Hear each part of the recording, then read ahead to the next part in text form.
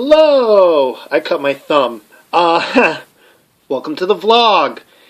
I've been waiting to do this all freaking week. I probably could have done it whenever the hell I wanted to, but I wanted to wait for Friday to do this because this is my take on the $100,000 pyramid and match game. Why am I not mentioning Celebrity Family Feud? I haven't liked Family Feud with Steve Harvey on it since the first sex joke dropped. Because in my honest opinion, you don't need a fucking question about sex. The answer should just come naturally. And then Steve reacts to them like a normal person. Like back at the time when friggin' Louis Anderson was the host, and one of the questions in Fast Money was something along the lines of, name something a teenager can do for hours at a time, and the contestant said masturbate. That's funny because it came out of nowhere. But when the first question of the first ever episode of Celebrity Family Feud with Steve Harvey is, if a magician were to perform naked, name a place where he would pull a rabbit out of, it's not funny. So I'm not even watching Celebrity Family Feud. But I am watching Pyramid and Match Game. And this is my take on it. First, when I was watching Pyramid, I felt like a little kid again, watching it on television, because the intro was incredible. It was a little bit nostalgic and a little bit current, because the theme song would play, and then the announcer would be like, from the ABC studios in New York, this is the $100,000 pyramid. Then you'd see a shot of the winner's circle, and the bottom trilons would turn, then the middle ones, the trilons would turn before he announces the celebrities. And it's really cool to look at. I'm just going to say that now. Gameplay-wise, it's incredible because it's almost to a T Dick Clark's Pyramid. The only change that they made is when there's a tie, instead of there being a sudden death like words that begin with letter F or letter G, it's all timed, and whoever got to the final score in the least amount of time went on to the winner's circle. It sped things up. And the only time they actually had to use it was in the first game of the second half, where the winner won by a half second. I think it was the first game in the second half. Now, being called the $100,000 pyramid, you actually can win $100,000 on the episode. There is no tournament mode.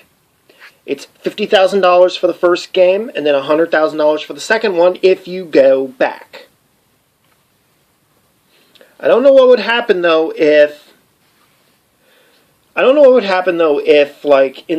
you went to the winner's circle twice and then bombed the first time. Would you be playing for $100,000 the second time, or would you play for $50,000? It hasn't happened yet. There's only been one episode. Michael Strahan is a really good host too. He was right there. He was on point. He even used a few Dick Clark lines, which is amazing. And his reaction... By the way, minor spoilers coming up here.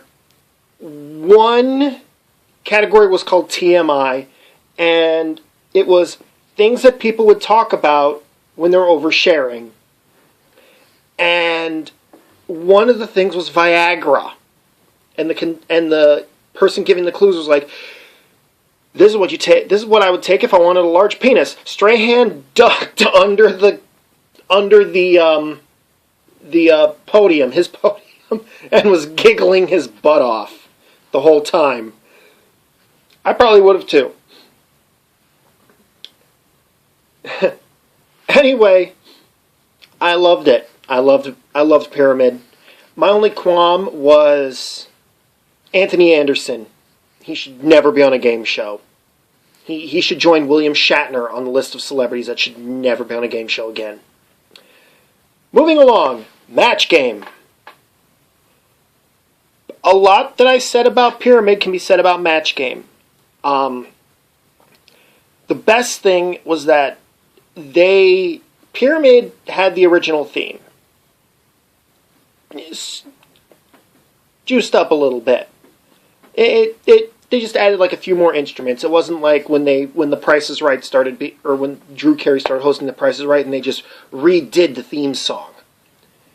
Match Game uses the original theme song from the 70s.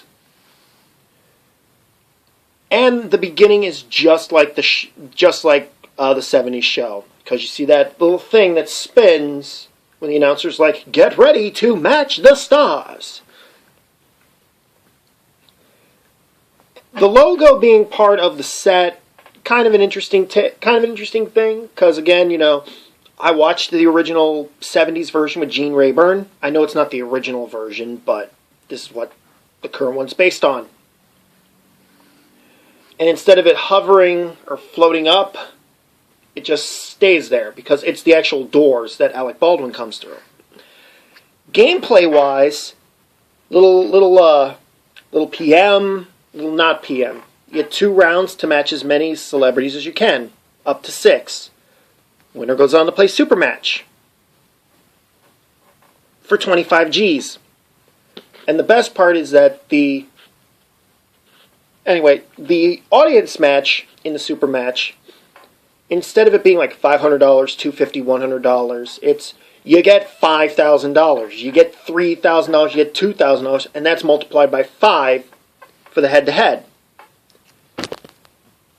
The celebrities were on point. I actually did not hate any of the celebs that were on Match Game. Even though I'm not a big, Rosie fan, but what can you do?